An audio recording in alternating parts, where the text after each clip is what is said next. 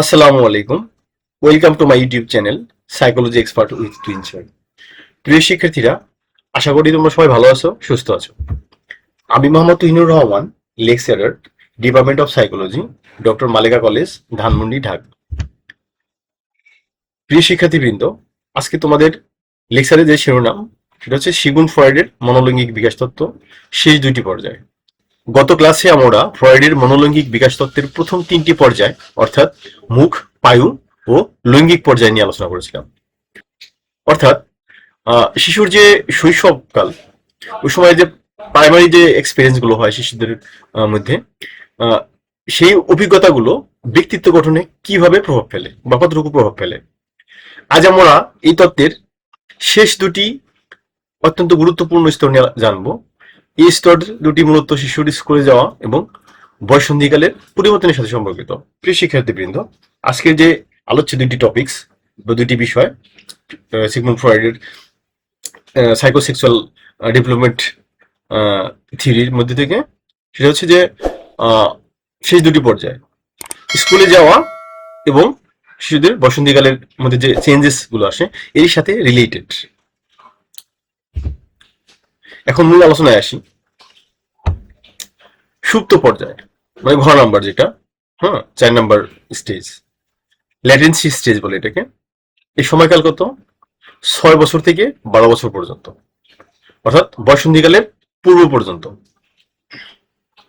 প্রধান বৈশিষ্ট্য: যৌন অনুভূতির সুপ্ততা এবং সামাজিকীকরণ। অর্থাৎ এই যে ল্যাটেন্সি স্টেজ বা সুপ্ত পর্যায়ে যে প্রধান বৈশিষ্ট্য শিশুদের মধ্যে দেখা যায় সেগুলো হচ্ছে যৌন অনুভূতির সুপ্ততা এবং সামাজিকীকরণ। সামাজিকীকরণ তো তোমরা বুঝোই প্রিয় শিক্ষার্থীরা। সামাজিকীকরণ কিন্তু আহ জীবনব্যাপী চলতে থাকে। অর্থাৎ এটা কিন্তু কখনো থেমে থাকে না। মানুষ পৃথিবীতে যতদিন পর্যন্ত বাঁচে তার সামাজিকীকরণ ততদিন পর্যন্ত থাকে। আর সুপ্ততা তো বুঝতে পারছোই যে যৌন অনুভূতির সুপ্ততা। আচ্ছা, এই স্তরে একটু ব্যাখ্যা করি। এই পর্যায়ে এসে শিশুর লিপিডো বা যৌন শক্তির বহিঃপ্রকাশ সাময়িকভাবে স্তিমিত বা সুপ্ত থাকে। আরেকবার বলি, এই পর্যায়ে এসে শিশুর লিপিডো বা যৌন শক্তির বহিঃপ্রকাশ সাময়িকভাবে স্তিমিত বা সুপ্ত থাকে। এই কারণে একে সুপ্ত পর্যায় বলা হয়। এই সময় শিশুরা সাধারণত সমলিঙ্গের বন্ধুদের সাথে দল বা গ্রুপ তৈরি করে খেলতে পছন্দ করে, যেমন ছেলেরা ছেলেদের সাথে, মেয়েরা মেয়েদের সাথে। অর্থাৎ ছেলে মেয়ে কিন্তু একসাথে খেলাধুলা খুব একটা করে না, ঠিক আছে, আলাদা আলাদা ভাবেই খেলাধুলা করে। ব্যক্তিত্বের উপর কি প্রভাব পড়ে? এই স্তরের মূল কাজ হলো সামাজিক ও বুদ্ধিবৃত্তিক বিকাশ। অর্থাৎ শিশুর যে সামাজিক বিকাশগুলো হয়, সমাজ থেকে সে কি কি শিখে, সমাজের রুলস রেগুলেশনস কাস্টমস, সামাজিক বিধিনিষেধ, ঠিক আছে, এ টু জেড সবকিছুই কিন্তু তার মধ্যে ডেভেলপমেন্ট করে। এবং বুদ্ধিবৃত্তিক বিকাশ, ইন্টেলেকচুয়াল যে ডেভেলপমেন্ট, এটা কিন্তু তার মধ্যে বিকাশ লাভ করে। শিশু এই সময়ে পড়াশোনা, খেলাধুলা, ছবি আঁকা এবং নতুন নতুন সামাজিক দক্ষতা অর্জনে ব্যস্ত থাকে। অর্থাৎ শিশু কিন্তু এই সময় কিন্তু তার মধ্যে যে এক ধরনের লার্নিং, এই লার্নিং কিন্তু এই সময়ই হয়ে থাকে বিশেষ করে। হ্যাঁ, এই সময় কিন্তু শিশুদের ভিত্তি মানে ভিত গড়ে ওঠে, একটা শক্ত একটা ভিত গড়ে ওঠে। তার লার্নিং যে স্ট্রাকচারটা, এটা কিন্তু এখান থেকে কিন্তু মূলত তৈরি হয়। এই স্তরে সফল হলে শিশুর মধ্যে আত্মবিশ্বাস ও সামাজিক সম্পর্ক গড়ার ক্ষমতা বাড়ে। অর্থাৎ প্রিয় শিক্ষার্থীবৃন্দ, তোমরা ফলো করে দেখবে তোমাদের লাইফ থেকে, যদি তোমরা তোমাদের লাইফ হিস্ট্রি তোমরা যদি ফলো করো, তোমরা অবশ্যই দেখবে যে এই যে এই এজে এসে শিশুদের মধ্যে যদি লার্নিং ভালো হয়, পাশাপাশি তাদের মধ্যে এই যে পড়াশোনা, খেলাধুলা, ছবি আঁকা, নতুন নতুন সামাজিক দক্ষতা যদি অর্জন করতে পারে, তাহলে তাকে কিন্তু সফল বা সাকসেস বলা যায়। ঠিক আছে, ঠিক আছে। এই যে সফল বা সাকসেস হলে কিন্তু তার মধ্যে আত্মবিশ্বাস বেড়ে যায় এবং সামাজিক সম্পর্ক, মানে সমাজের একে অপরের সাথে যে একটা রিলেশন কিভাবে বিল্ড আপ করা যায়, এটা কিন্তু তাদের মধ্যে সেই এম্পাওয়ারমেন্টটা বেড়ে যায়। অর্থাৎ তাদের সেই দক্ষতা তারা তৈরি করতে পারে। আর ব্যর্থ হলে শিশু একা ও সমাজ বিমুখ হয়ে পড়তে পারে। অর্থাৎ কোনো শিশু যদি এই সময় ব্যর্থ হয়, এই ধরনের অ্যাক্টিভিটিসের সাথে রিলেটেড না থাকে বা নিজেকে অ্যাডজাস্টমেন্ট করতে না পারে, বা নিজে খুব বেশি পারদর্শী না হয়, তাহলে কিন্তু সেই শিশু সিঙ্গেল হয়ে যায়, বিশেষ করে লজ্জা পায়। তার মধ্যে বিভিন্ন ধরনের কোশ্চেন দেখা দেয় যে সবাই পারে আমি পারি না কেন, বা আমার মধ্যে কি কি ল্যাকিংস আছে, মনে হয় আমি পারবো না। এই অনেকগুলো বিষয় তার মধ্যে কাজ করে। যখন সে সিঙ্গেল হয়ে যায়, তখন যে তার যে পিয়ার গ্রুপ বা বন্ধু বান্ধবের গ্রুপ থাকে, দল থাকে, সেখান থেকে কিন্তু সে সটকে পড়ে। নাম্বার 5 হচ্ছে যৌনাঙ্গ পর্যায় বা জেনিটাল স্টেজ। এটা হচ্ছে লাস্ট পর্যায়ে। সময়কাল কত? এটার সময়কাল হচ্ছে 12 বছর বা বয়সন্ধিকাল থেকে মৃত্যু পর্যন্ত, প্রাপ্তবয়স্ককাল এটাকে বলা হয়। 12 বছর থেকে একবার মৃত্যু পর্যন্ত। প্রধান উৎস কি? পরিপক্ক যৌনাঙ্গ। এই যে 12 বছর পর কিন্তু শিশুদের যে পিউবার্টি যখন শুরু হয়, এই সময় কিন্তু যৌন অঙ্গগুলো কিন্তু আস্তে আস্তে আহ, মানে গ্রোথ বাড়ে, ঠিক আছে, পরিপূর্ণতা পেতে থাকে ডে বাই ডে। এটা এই জন্য বলা হয়েছে যে পরিপক্ক যৌনাঙ্গ এবং বিপরীত লিঙ্গের প্রতি আকর্ষণ। যখনই যৌনাঙ্গ পরিপক্কতা অর্জন করে, যে লিপিডের কথা বলা হয়েছে, ঠিক আছে, তখন কিন্তু ওই বিপরীত লিঙ্গের অর্থাৎ ছেলে মেয়ের প্রতি বা মেয়ে ছেলের প্রতি এক ধরনের আকর্ষণ ফিল করে।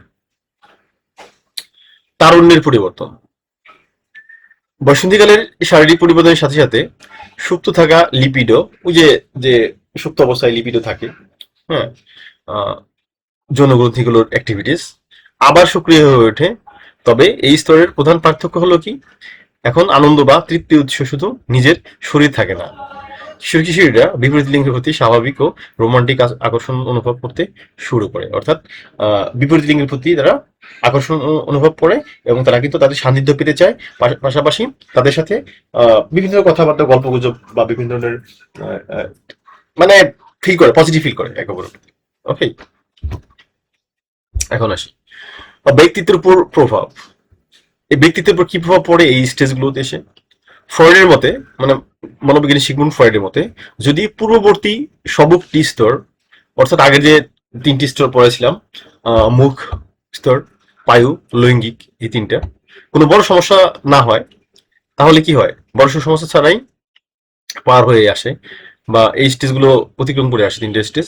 তবে এই স্তরে, এই 2টা স্তরে এসে ব্যক্তির একটি সুষম, দায়িত্বশীল ও পরোপকারী ব্যক্তিত্বের অধিকারী হয়।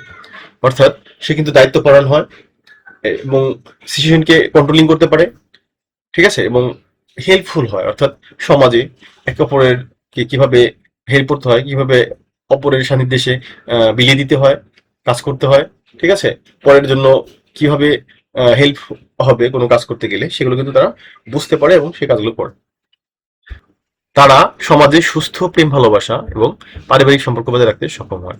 অর্থাৎ এই যে 5টা স্টেজ যদি তাদের মধ্যে গ্রো করে এবং ভালোভাবে তারা যদি এগুলো পার করে আসতে পারে স্টেজগুলো, তাহলে কিন্তু তারা সোসাইটিতে মানে বিপরীত লিঙ্গের প্রতি সুস্থভাবে, মানে পজিটিভলি ভাবে প্রেম ভালোবাসা তাদের মধ্যে তৈরি হয়, এবং তারা কিন্তু সেটা বজায় রাখে। অর্থাৎ সামাজিকরণের মাধ্যমে সমাজের যে বিধিনিষেধ গুলো আছে, সেগুলো কিন্তু তারা মেনে চলে। পাশাপাশি সমাজ স্বীকৃত যে উপায় আছে, ওয়ে আছে, আহ, ওই ওয়েতে কিন্তু তারা একে অপরের প্রতি প্রেম ভালোবাসা করে তাদের মধ্যে তো বিয়ে শাদী সময় হয়ে যায়, ঠিক আছে, আইন অনুযায়ী বা সমাজের রুলস অনুযায়ী, ধর্মীয় বিধিনিষেধ অনুযায়ী, এবং পারিবারিক সম্পর্ক বজায় রাখতে তারা সক্ষম হয়।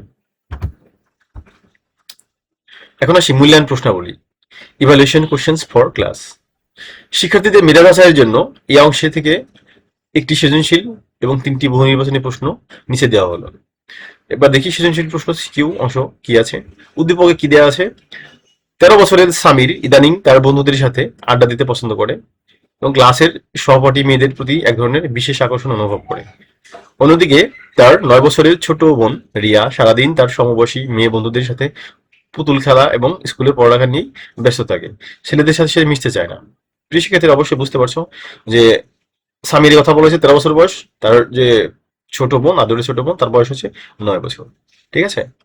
বোন দুজনের কিন্তু একজন বন্ধুদের সাথে আড্ডা দিয়ে পছন্দ করে এবং ক্লাসের সহপাঠী মেয়েদের প্রতি এক ধরনের বিশেষ আকর্ষণ অনুভব করে 13 বছরের যে স্বামীর। অর্থাৎ সে কিন্তু ইয়ের বয়সন্ধিকালীন মধ্যে রয়েছে। তার মধ্যে যে গোনাডোট্রপিক হরমোন সিক্রেশন যখন হয়, তখন কিন্তু এই এগুলো সেক্সুয়াল অর্গানগুলো কিন্তু আস্তে আস্তে পূর্ণতার দিকে যেতে থাকে, তখন কিন্তু বিপরীত লিঙ্গের প্রতি আকর্ষণ অনুভব করে, সেটাই হচ্ছে এখানে।